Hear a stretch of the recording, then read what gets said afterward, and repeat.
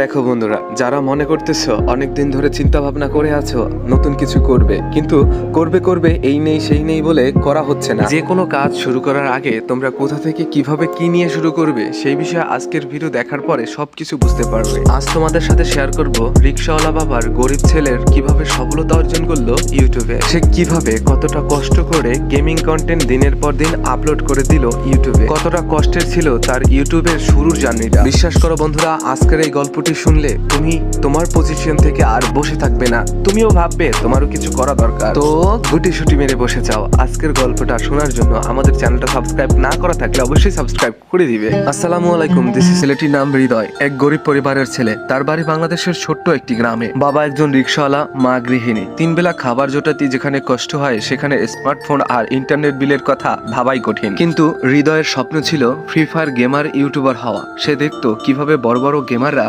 ইউটিউবে স্ট্রিম করে টাকা আয় করছে, কিন্তু নিজে কিছুতেই করতে পারছিল না, কারণ ভালো ফোন ছিল না, ইন্টারনেট কেনার টাকাও ছিল না। বন্ধুরা, বলে রাখা ভালো, কাজ করার জন্য তার কাছে ছিল তার জীবনের প্রথম ফোন, যেটিও নষ্ট ছিল। ফ্রি ফায়ার খেলার জন্য তার ছিল সেই ফোন দিয়ে কঠিন সংগ্রাম, কারণ তার ফোন দিয়ে ভালোভাবে গেম খেলা যেত না। বন্ধুদের কাছ থেকে মাঝে মাঝে ফোন ধার নিয়ে ফ্রি ফায়ার খেলতো হৃদয়। একদিন তার কাছে থাকা পুরাতন ফোনটা, যেটা ফ্রি ফায়ার খেলা যেত না, সেই ফোনটাও নষ্ট হয়ে গেল। তারপর একদিন তার এক দয়ালু মামা তাকে পুরাতন করা একটি অ্যান্ড্রয়েড ফোন দিলেন। ব্যাটারি চার্জ থাকতো না, র্যাম ছিল কম, গেম খেলতে হ্যাং করতো। তবুও হৃদয় খুশি ছিল। সে রাতে চুপচাপ কারেন্টের আলোতে বসে নিজের গেম প্লে রেকর্ড করত, মোবাইলের স্ক্রিন রেকর্ডার ব্যবহার করে ভিডিও বানাতো। তবে বন্ধুরা, এখনো সমস্যা ছিল, ইন্টারনেটের জন্য টাকা দরকার। এবার তার জীবনে শুরু হলো ইন্টারনেট কেনার টাকা জোগাড়ের যুদ্ধ। হৃদয় দিনে টিউশনি করত, চায়ের দোকানে কাজ করত, কাঁঠালের বাগানে মজুরি করত, শুধু কিছু টাকা জোগাড় করার জন্য, যাতে মোবাইল ডাটা কিনে ভিডিও আপলোড করতে পারে।